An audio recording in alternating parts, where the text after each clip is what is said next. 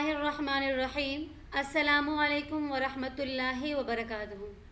اہلاً و سہلاً اقرا معہد الحافظات بشاور شارع ورثہ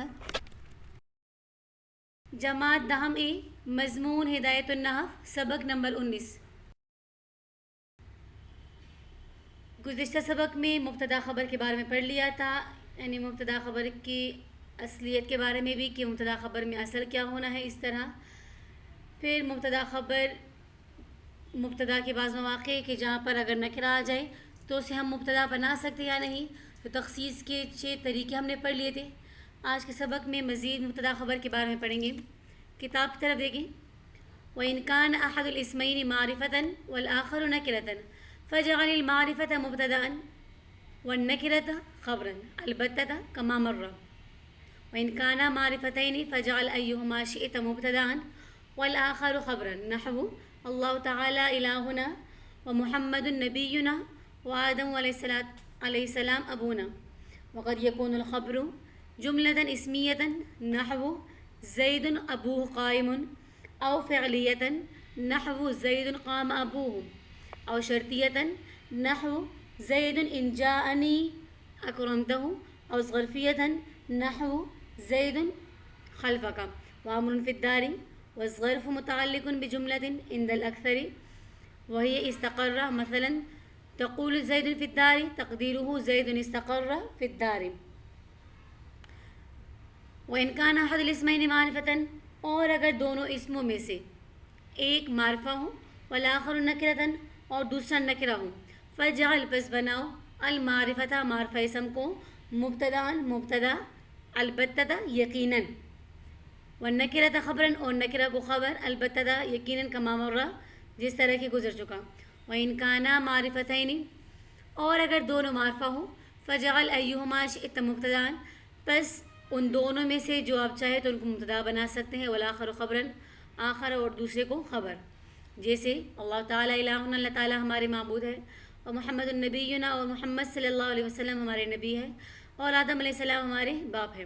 وقد يكون الخبر جملة اسمیة، اور کبھی خبر جملہ اسمیہ ہوتی ہے، جیسے زید ابو قائم، او فعلیة یا فعلیہ جیسے زید قام ابوہ، او شرطیة یا شرطیہ جیسے زید ان جاءنی اکرمتہ، زید اگر آئے میرے پاس، اکرمتہ تو میں اس کا اکرام کروں گا، او ظرفیة یا ظرفیہ جیسے زید خلفہ کا، زید آپ کے پیچھے ہے، اور امر گھر میں ہے۔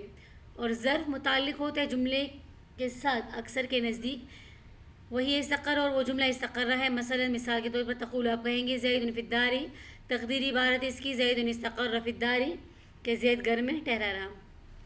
وإن كان أحد الاسمين معرفة والآخر نکرة، پہلے مصنف رحمہ اللہ نے مبتدا اور خبر کی اصلیت بیان کی۔ مبتدا اصل میں معرفہ ہوتا ہے اور خبر نکرہ۔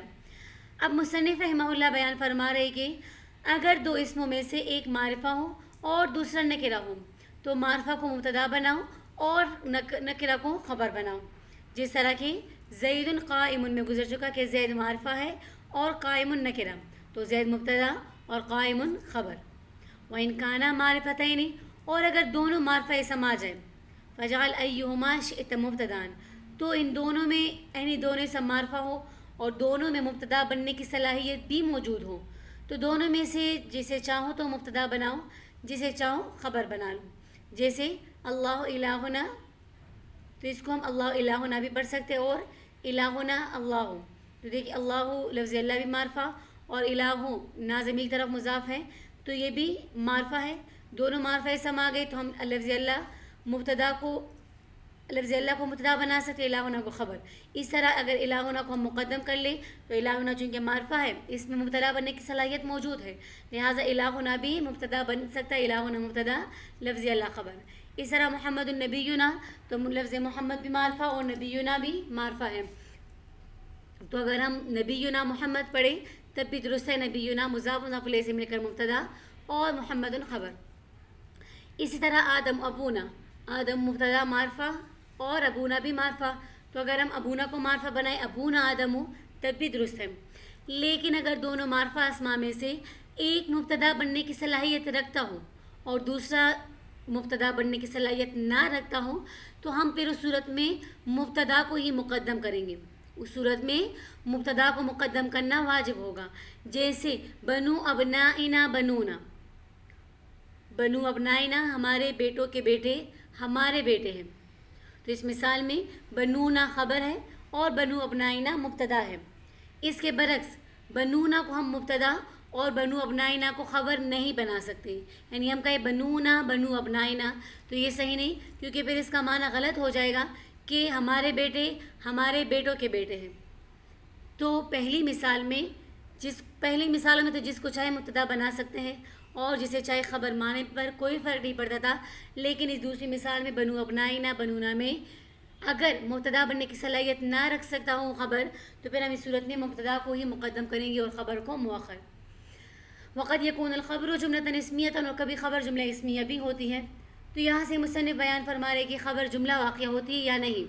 تو فرما رہے کہ خبر کبھی جملہ بھی واقع ہوتی ہے، کیونکہ عبارت میں یکون پر قد داخل ہے اور قد حرف تقلیل کے لیے آتا ہے. تو اس صورت میں یعنی معنی اس طرح ہوگا کہ کبھی کبھار اشارہ اس طرف کہ خبر اصل میں مفرد ہوا کرتی ہے اور کبھی کبھار جملہ بھی خبر واقع ہو سکتے ہیں. یعنی جس طرح مفرد سے حکم لگایا جا سکتا ہے اسی طرح جملے سے بھی حکم لگایا جا سکتا ہے. پھر جملے کی 4 قسمیں ہیں. جملہ اسمیہ کی مثال زید ابو قائم، زید مبتدا اول، ابو ہو مبتدا ثانی اور قائم خبر. پھر مبتدا خبر سے مل کر مبتدا اول کے لیے خبر، اور پھر مبتدا خبر سے مل کر جملہ اسمیہ خبریہ ہوا.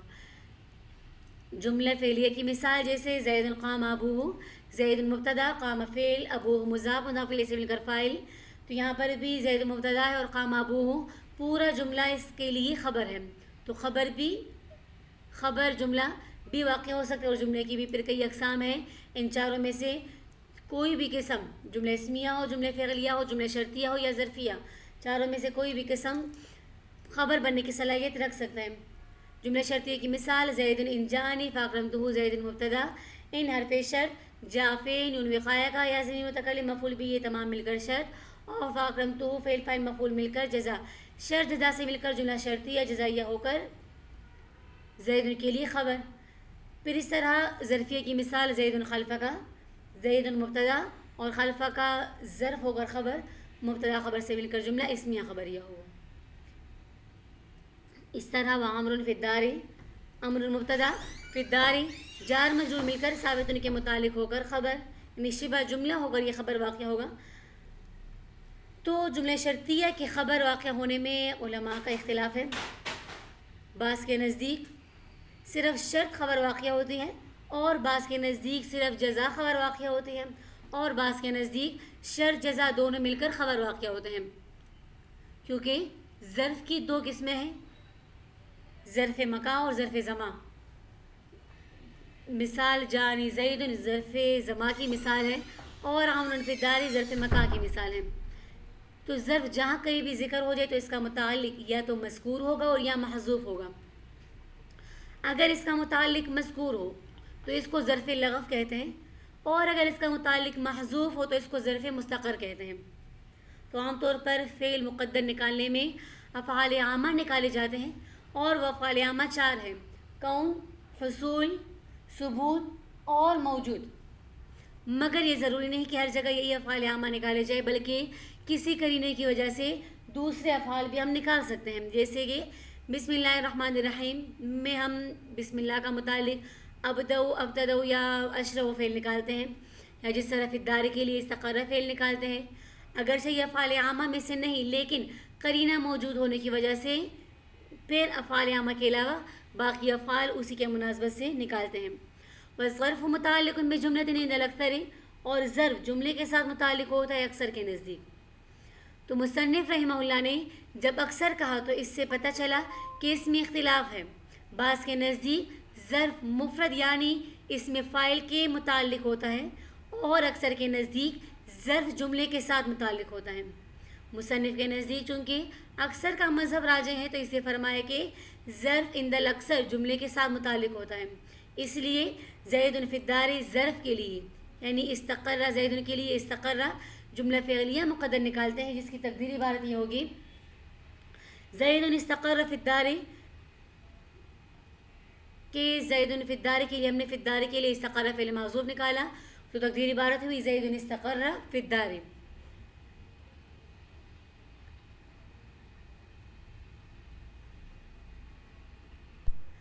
ولا بد في الجملة من ضمير يعود إلى المبتدأ كالهاء فيما مر. اور ضروری ہے فی الجملہ جملے میں ضمیر کا ہونا جو کہ لوٹے مبتدا کی طرف. کالہاء فیما مر جس طرح کہ ہوا ضمیر اس مثال میں جو کہ گزر چکی.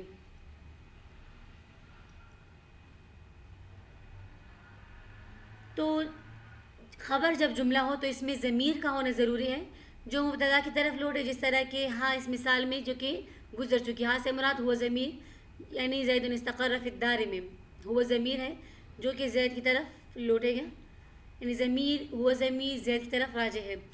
سوال خبر جب جملہ ہو تو اس میں ضمیر کا ہونا کیوں ضروری ہے؟ جواب جملہ کامل اور تام ہونے کی وجہ سے مستقل ہوا کرتا ہے کسی کے ساتھ تعلق نہیں رکھتا تو اس کا مبتدا کے ساتھ تعلق جوڑنے کے لیے ضمیر کا لانا ضروری ہے. یعنی خبر یہ مستقل کلام ہوا کرتا ہے. استقر فی الدار جو ہمارے پاس مثال موجود ہے تو یہاں پر بھی ہم ہوا ضمیر نکالیں گے جو کہ زید کی طرف لوٹے گی تو خبر کا مبتدا کے ساتھ تعلق رکھنے کے لیے ضمیر کا ہونا ضروری ہے کہ ان دونوں کا تعلق برقرار رہے. جزاکم اللہ خیرا لکم. السلام علیکم ورحمۃ اللہ وبرکاتہ.